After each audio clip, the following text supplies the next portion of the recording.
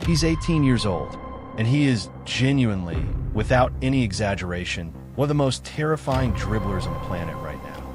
Not one of the most terrifying for his age.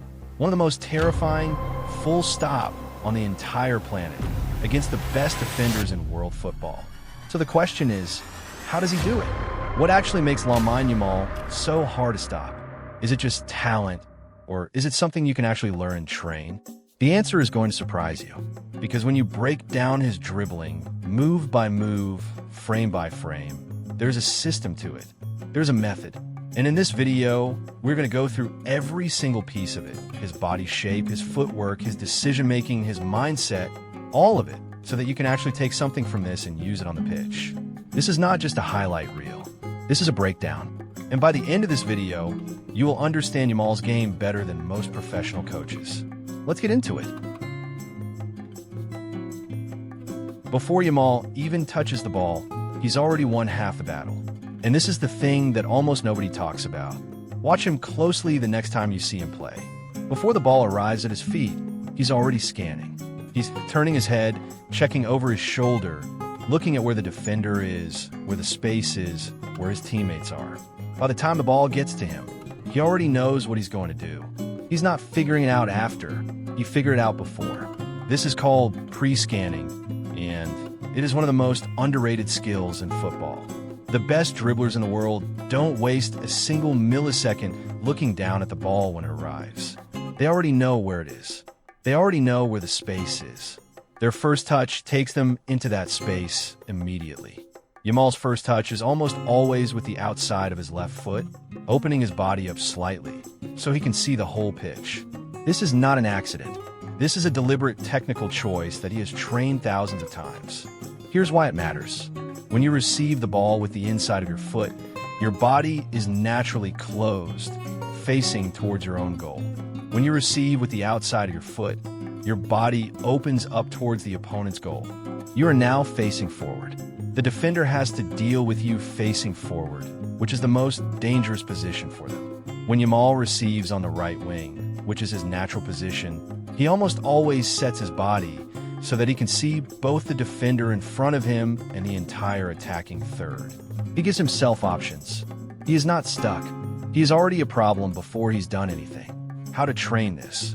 Every time you receive a pass in training, force yourself to take at least 2 looks over your shoulder before the ball arrives. Then make your first touch go forward or sideways into space, not back towards your own goal.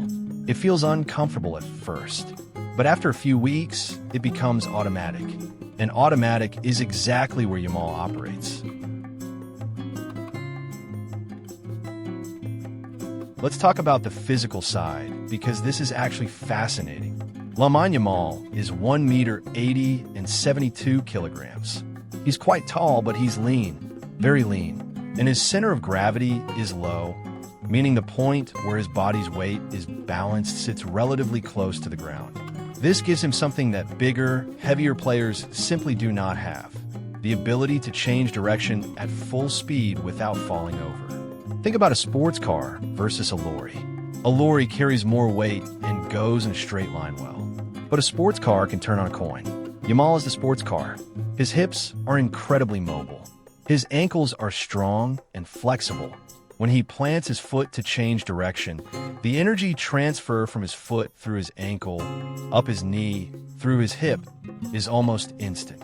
He doesn't lose momentum when he cuts. He redirects it. This is called agility, and it is trainable.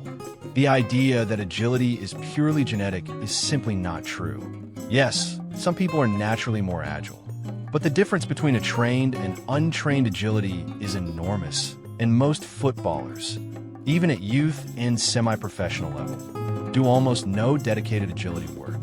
Here is a simple agility circuit you can do with just 4 cones in 20 minutes, 3 times a week. Set 4 cones in a square, each cone 5 meters apart. Sprint to the first cone, shuffle sideways to the second cone, backpedal to the third, shuffle to the fourth, then sprint back to the start.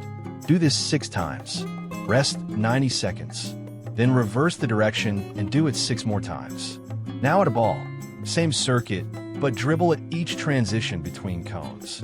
Make it so the ball never goes more than half a meter away from your feet. This trains your body to move explosively in multiple directions while keeping the ball close. After 4 weeks of this, 3 times a week, you will notice a genuine difference in how quickly you can change direction and speed. It's not magic, it's just training the right things. Yamal's physique also means that when a defender tries to barge him off the ball, they often hit air. He is deceptively difficult to foul cleanly. He moves slightly before contact, using the defender's momentum against them. He doesn't fight through challenges, he glides around them. Fun part: the actual moves. Yamal doesn't have an infinite repertoire of tricks. What makes him special is not the number of moves he knows. It's how perfectly he executes a small number of moves and how intelligently he chooses when to use each one. Let's go through the main ones. The shoulder drop. This is probably Yamal's most used move, and it looks so simple that it's almost insulting to defenders. He receives the ball, shapes his body as if he's going to go inside, dropping his left shoulder, shifting his weight, and then, the moment the defender commits, he pushes the ball outside with the outside of his left foot and accelerates past.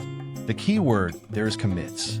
Yamal is incredibly good at reading the exact moment a defender commits their weight to one direction. The instant that weight shifts, he's gone the other way.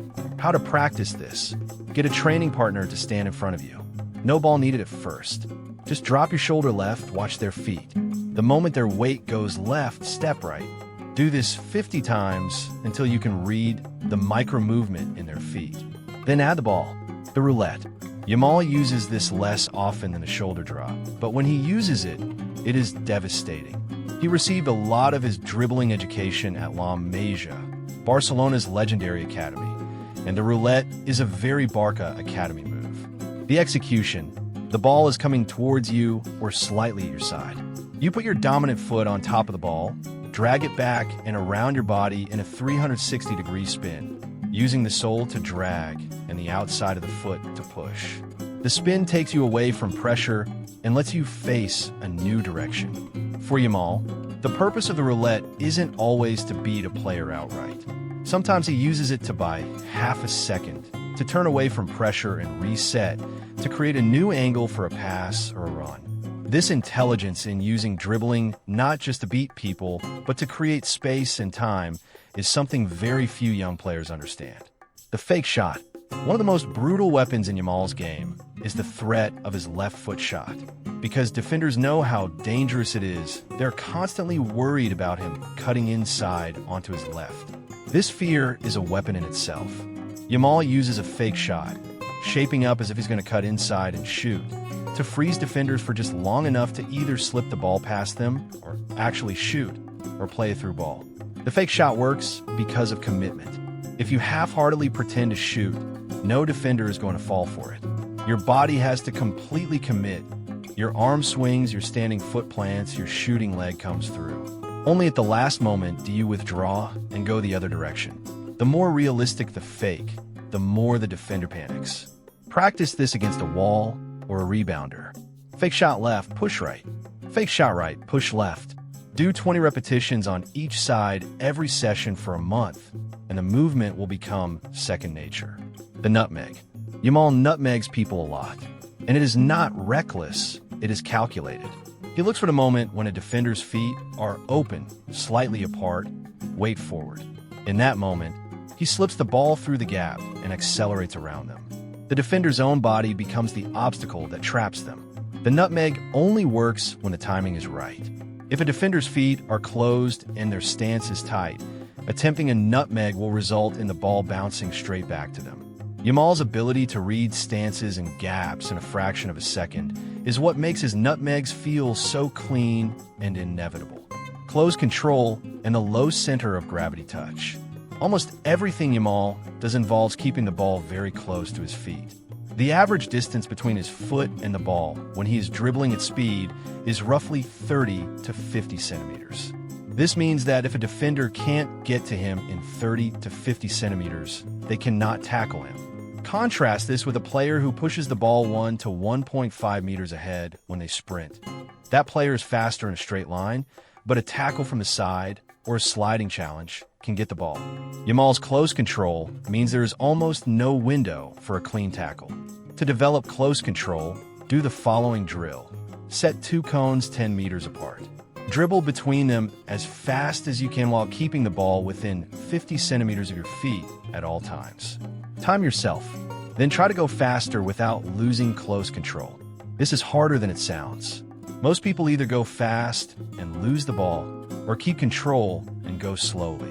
Yamal can do both simultaneously. Here is the secret that separates good dribblers from elite ones. Dribbling is not just a physical skill. It is a mental skill. The decision of when to dribble, who to dribble at, where to take the ball after the dribble. These mental choices are what separate a player who could do nice moves in training from a player who could destroy Champions League defenders on a Tuesday night. Yamal almost never dribbles backwards. This sounds obvious, but watch youth football and you will see players turn away from pressure, dribble back 10 meters, and effectively cancel any progress they had made. Yamal's instinct is always forward, even when he goes sideways. It is to create the angle for a forward pass or a forward run. He is always progressing towards the goal. He also reads defenders' positioning before he starts his dribble. He's not just reacting, he's planning. If the defender is square on, facing him with both feet level, that means they can go either way easily, so Yamal will use a move to shift their weight. If the defender is side on, 1 foot forward, 1 back, their balance is already committed, so Yamal will attack the weaker side. This is chess at 40 kilometers per hour. Another element of his mental game is using his teammates as decoys. When Yamal receives the ball on the right wing, he often checks for an overlapping run from his right back. Even if he never intends to pass to that player, the defender has to respect the option, and that split second of the defender glancing at the overlapping run is exactly the window Yamal needs to go the other way. This is called creating width and depth simultaneously, and it is a concept from advanced tactical football. But the practical reality of it for Yamal is simple. He looks at the run, the defender follows his eyes, the defender's attention splits, and Yamal attacks the gap. You can train decision-making with small-sided games. The format that works best for dribbling decisions is 2v1 rondos, 2 attackers against 1 defender in a small area. The attacker on the ball must decide in every moment whether to dribble past the defender or use their teammate. The defender is trying to win the ball. Do this for 15 minutes every training session, and your game intelligence will grow significantly.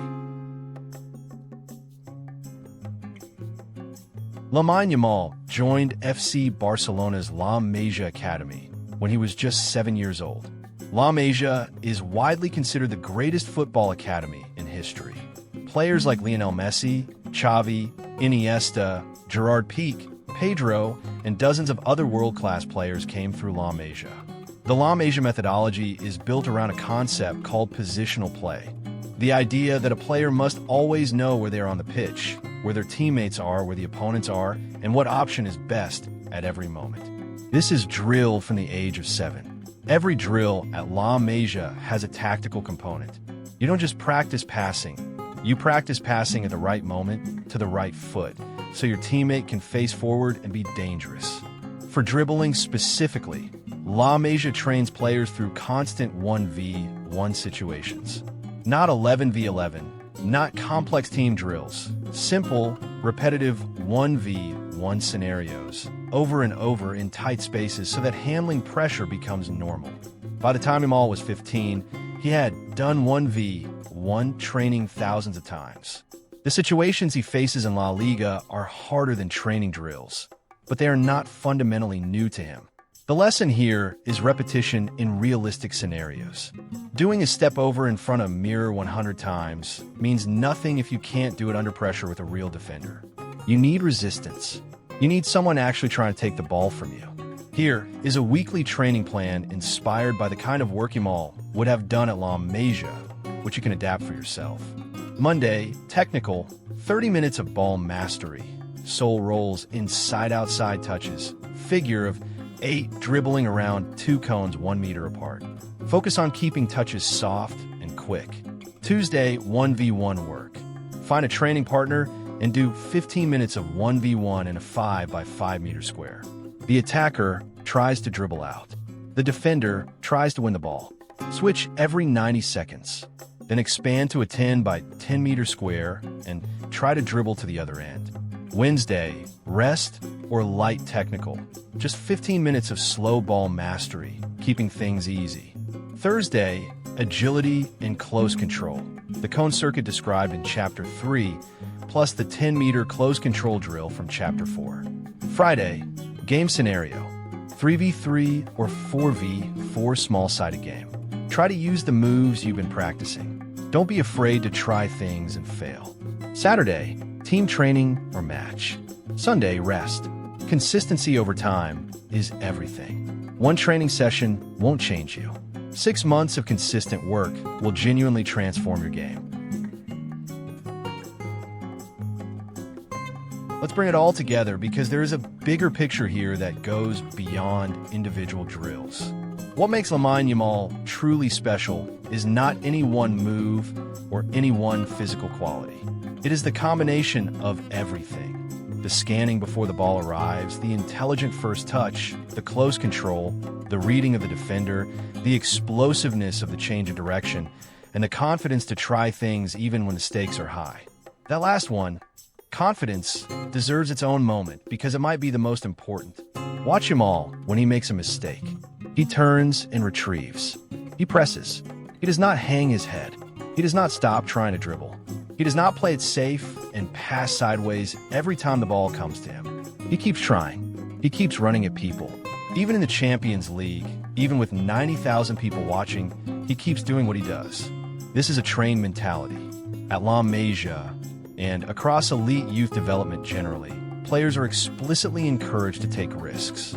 Coaches do not shout at young players for trying a dribble and losing the ball.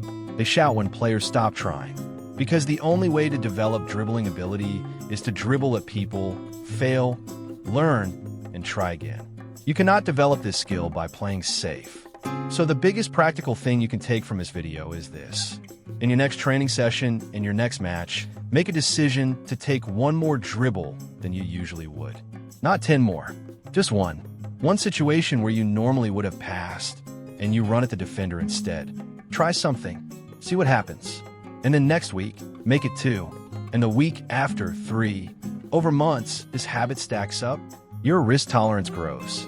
Your technical ability improves through repetition. Your reading of the game sharpens through experience.